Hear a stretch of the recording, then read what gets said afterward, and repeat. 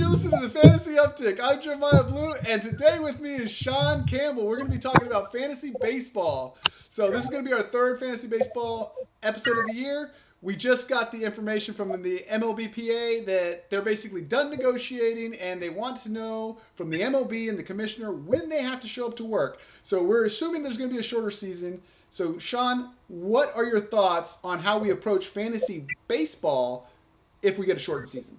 As far as fantasy baseball goes with a shorter season, we got a couple of things to think about. Number one is positions. I like catcher, for instance. Catcher is they need time off between games. They can't play but maybe three, four at the most in a row. So if we're gonna have a shortened season, we'll probably have more double headers. We'll have less days off. So your catchers are going to be getting less playing time. So if you can pick up another position that has catcher in it as well, like a lot of times you'll see first base catcher, third base catcher, those guys will have a little more value because you might be able to swap them into your starting rotation when your starting catcher is on the bench getting a day off. Another thing is starting pitching. Your elite starting pitcher is still going to be pretty good. It's those middle of the road guys that I would fade because of the win totals. I don't see a lot of these middle of the road pitchers picking up a lot of wins this year because there's just not that many games to play. And the coaches have to give them the hook a little bit quicker and go to the bullpen because every win's very important to making the playoffs.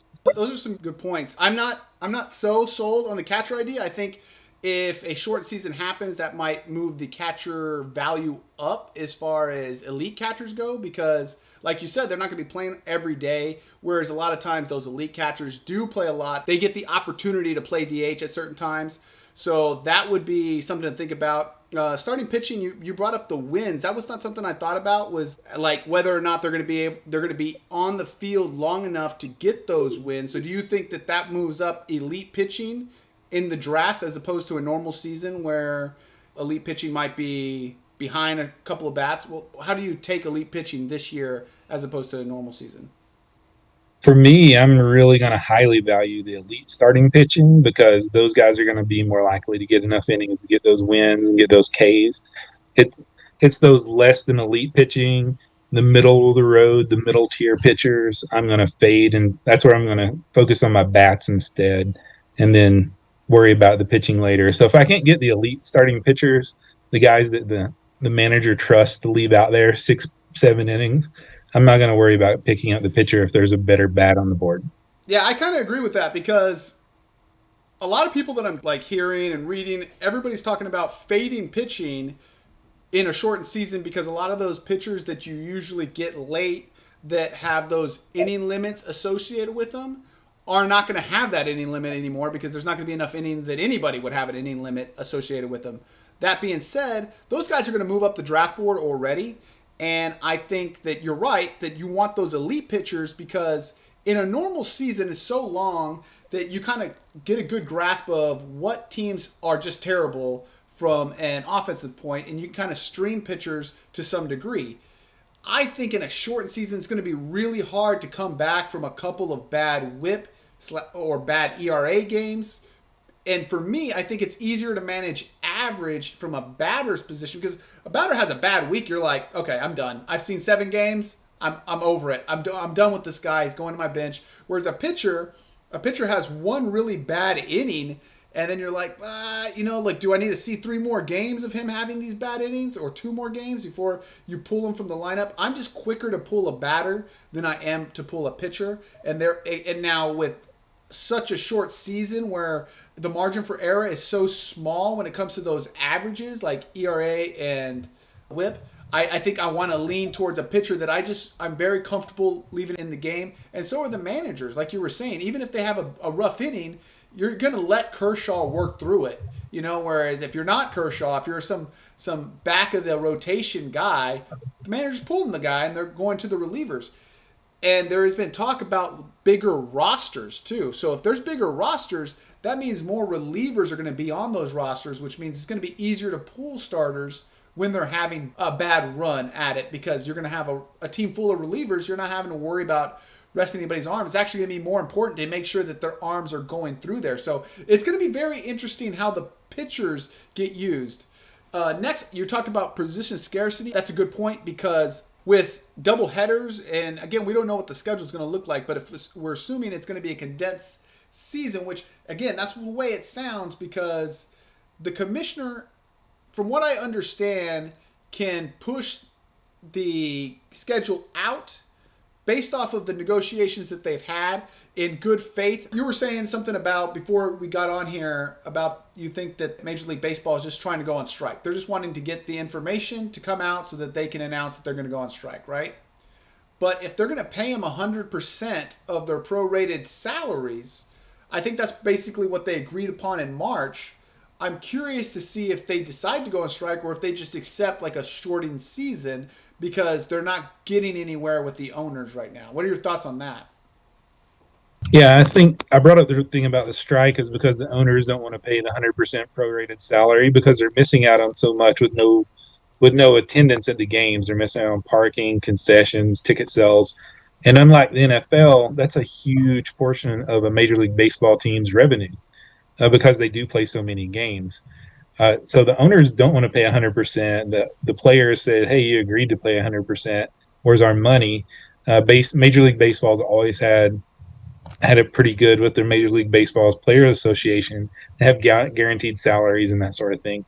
So if they're not going to pay the 100%, it wouldn't surprise me at all if they're just waiting to get a start date so they can announce their strike because they Yeah. do have a lot of funds that saved up to cover their strike.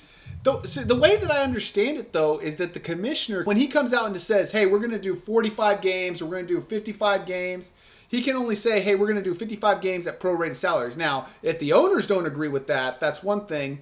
But it sounds like the commissioner has the power to say that, but he only has the power to do it at a prorated rate. Is what I'm understanding. So there is a lot of confusion there. I'm assuming that's what's going to happen. If the players do strike, what's going to be crazy is if we have a replacement player type fantasy baseball league. Which, if that's the case, I'm going to preach to our commission because we're in a league together that we open up at least 5 NA spots so that we can keep our 5 keepers going into the next season. Because I don't want to have to dump my good players because the MLB goes to replacement players. But that would be very interesting. And as a Rangers fan that doesn't really have a shot, it seems, to win the World Series this year, it would be pretty cool to have a bunch of guys that I've never heard of go out there and play baseball. Now, don't get me wrong, I'd rather have the all-stars out there. But hey, if we can win a World Series, I'll take an asterisk. I'm not scared of an asterisk. I'll take it. I mean, I'm not a Houston Astro guy. That's a different kind of asterisk, like. You got whatever it takes to win, right? The Bill Belichick way. A win's a win. Yeah. So I'll tell you, one of the big things I'm probably pushing for with a shortened season is relievers. It's going to be harder for managers to move to a different closer during a shortened season. You're basically going to go with the guys that got you there, right? So those guys are going to be high. I basically want one of the elite closers, and if I can get 2, I'm going to feel way better about that because, again, we talked about ERA and WHIP and how hard that is to keep track of, especially in a short season, how easily and fast that can get out of hand. And then usually your elite closer is going to do good there. Getting elite closers also is going to help you in saves. Like you said, that might be something you want to lean towards more than you would lean towards wins in a normal season. And then elite pitching. Now, you also got to know what your settings are. We'll talk about that on a different podcast. I'm moving pitcher higher up my board, and what I'm seeing a lot is a lot of people saying that they want to move bats up. Now, I'm not saying I'm taking a pitcher over the top 3. Obviously, the big bats, the first rounders, there's a lot of bats in that first round. But I think once I get to the second and third round, I'm going to start looking at pitching if the pitchers that I like are there. I really like the class of Kershaw, Bieber, Strasburg. I really would like to get some of those guys because I feel so confident that they're going to be good. And I don't know that I feel confident once I get past about Darvish in the rankings. Actually, Darvish is probably right in that area of players I either like or don't like.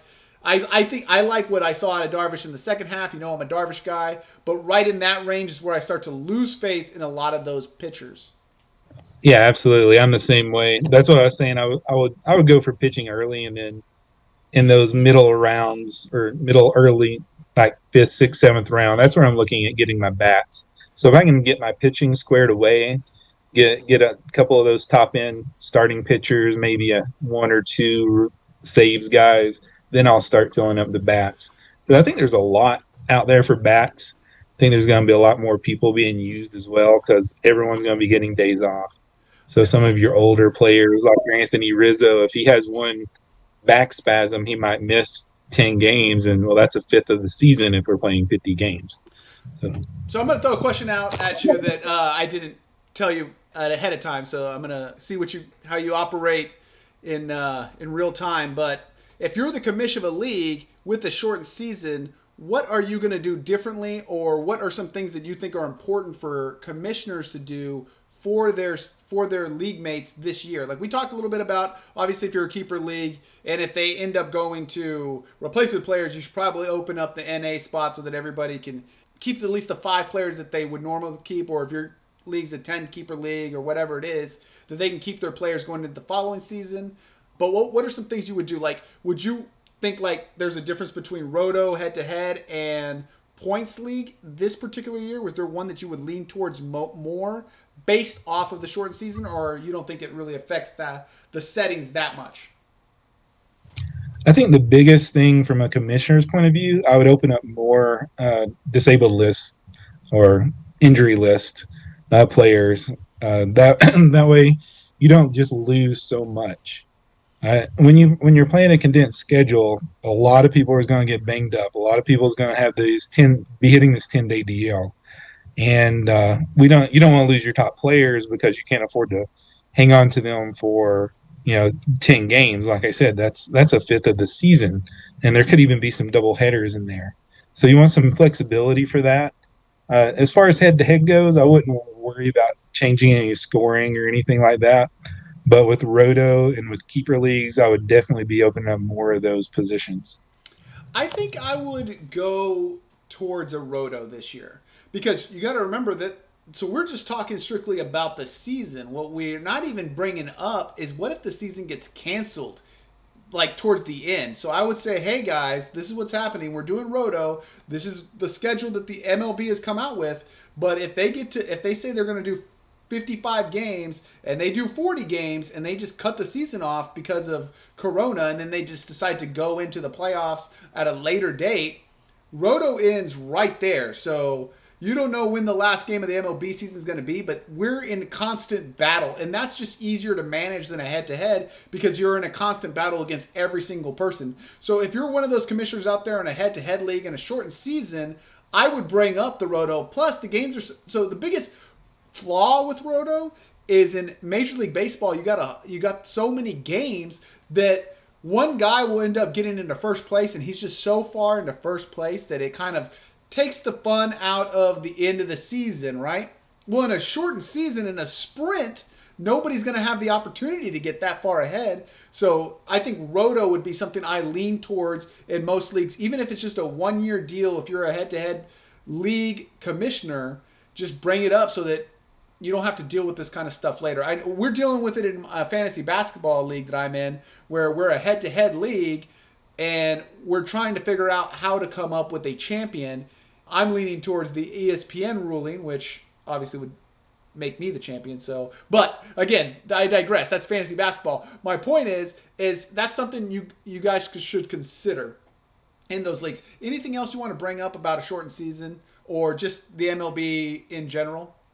Yeah, as a Cubs fan, right here, this is lovely hat. I really hope we get baseball going. I hope it's more than 50 games, though. That's really my goal. Is that if we only have 50 games, it's going to be rough, not just from a fantasy perspective, but from a fan perspective, because baseball is traditionally more of a marathon, and now it does become a sprint. So everything's a little different. You know what I didn't even Uh, think about? What about like trade deadlines? Not just in fantasy baseball, but like trade deadlines in general, right? Like, are they even gonna have a trade deadline this year if it's a 50 game schedule? Like, I don't even like where would you have the trade deadline at the 25 game mark? Who's gonna be out of it at the 25 game mark? You know, like. So, Absolutely. And then, like one of the league that we're in together, we only do waivers once a week. So I would personally like to see way more waivers than that in a yeah. season this short. It's you're setting it Oh, once. that is a And good point. I like the once a week waivers because the season is so long and grinding, but that's a good point. The season's going to be short, not so long. Maybe adding another waiver spot wouldn't be a bad idea. yeah, either another waiver spot or a bigger bench, something that an owner can't predict, like injuries, can completely knock you out if you Yeah, miss a full week in a short season. that's good points. Good points. All right, well, that's it for today's show. Thanks for listening. Sean Campbell, thanks for being on. And let us know in the comments. Let us know what you think the shortened season in fantasy baseball means to both fantasy baseball and the MLB and what you're hoping for this year. Let us know if you think that we're kind of off track on what our thoughts were. And then remember to like and subscribe if you like the video. Till next time, see ya!